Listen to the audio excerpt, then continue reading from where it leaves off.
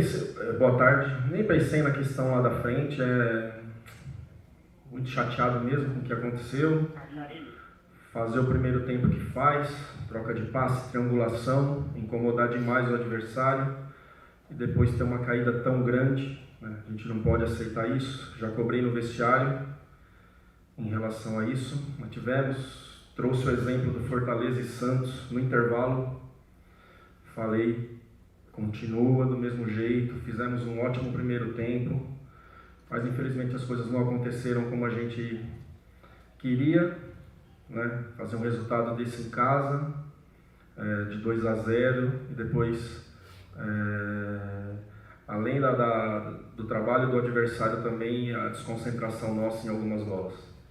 Agora, Carille, você acha que o resultado de 2-0, porque foi levado no primeiro tempo, de alguma forma acabou dando aquela relaxada no elenco, apesar de você ter conversado com eles, isso não funcionou no segundo tempo, e você já detectou, embora tenha acabado a partida há pouco tempo, o porquê dessa queda tão brusca de rendimento na segunda etapa?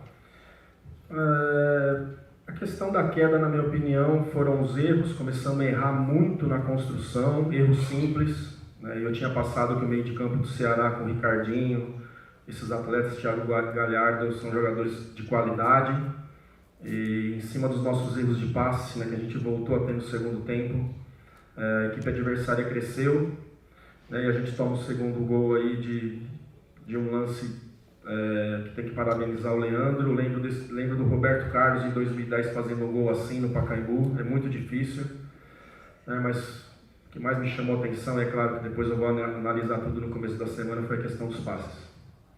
Fábio, boa noite. Você falou que alertou os jogadores no intervalo, o Matheus Vital falou na saída de campo, que você falou isso para eles, que 2-0 não estava ganho, que já houve outras viradas no Campeonato Brasileiro. É claro que falando depois do jogo, depois do resultado, é muito fácil. Agora, você acha que poderia ter feito alguma coisa com 10, 15 minutos, de repente, para ter modificado isso antes de acontecerem os gols? Repito, estou falando depois do jogo, é muito fácil, mas revendo o que aconteceu, poderia ter acontecido algo para que não acontecesse isso? Eu tive que fazer uma substituição e jogar esse horário é diferente, né? É 11 horas para os dois lados, mas a questão do desgaste é diferente. Tive que fazer uma do Carlos ali com o Avelar, que sentiu um probleminha muscular. Ali eu já perdi, fiquei um pouquinho preso na questão de uma mudança de jogadores. Tive que esperar um pouquinho mais, porque eu já via que o Michel estava sentindo lá, que o Urso caiu, o Cleison e o Matheus Vital me chamaram a atenção um pouquinho do rendimento deles na parte física também. Mas o que eu cobrei, né, de mudança de corredor, que a gente fez bem no primeiro tempo, terminar de um lado da bola, começar de um lado e terminar do outro, e a gente não conseguiu fazer isso, né? Começamos a jogar a bola muito para trás. Isso pode ser através do cansaço também, depois a gente vai olhar tudo direitinho, mas é claro que todos nós, né, não só eu, como todos os atletas, quando ganha, todos ganham, quando perde, todos perdem, né? Na responsabilidade nunca do técnico numa vitória 100% e numa derrota também não, mas todos nós poderíamos ter feito algo a mais. Carille, você falou sobre o primeiro tempo, né? Acho que para muita gente irretocável, e o segundo tempo o Corinthians se impondo na sua casa, e aí tem a sua opção de colocar, por exemplo, o Ramiro mais um volante. A pergunta que o torcedor se faz é a seguinte: por que sempre alteração para trás e não para frente, principalmente quando se joga em casa? Porque é o banco que eu tenho, né?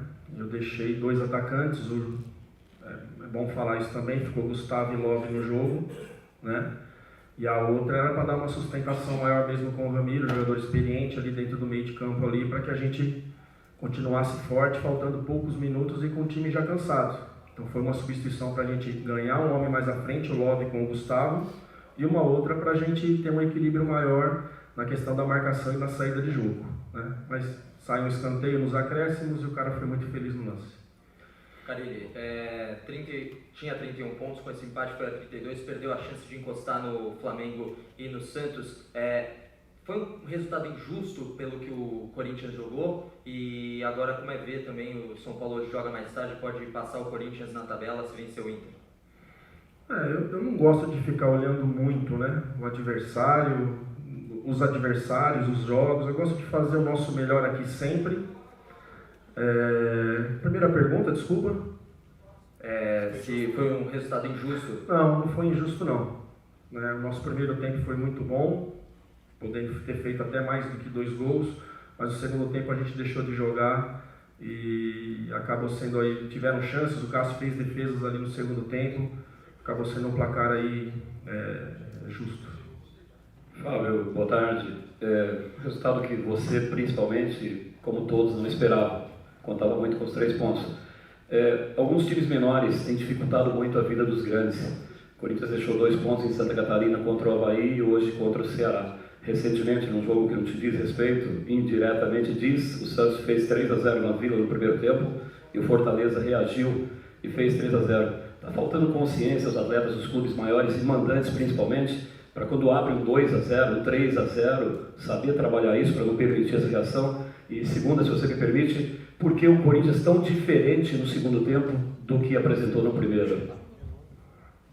A sua segunda eu já respondi aqui 2 vezes, tá? Desculpa, Fábio. A primeira, os técnicos estão se preparando cada vez mais, não tem ninguém mais bobo no futebol, né? A gente tem que manter a seriedade contra a grande, contra os menores, enfim, o tempo todo, 90, 95, 100 minutos que tiver que cuidar. Então foi isso. Não é desrespeito, não é nada, mas a gente baixou a guarda, principalmente na questão da posse de bola, que era a ideia ter uma posse de bola no campo ofensivo e a gente não conseguiu fazer.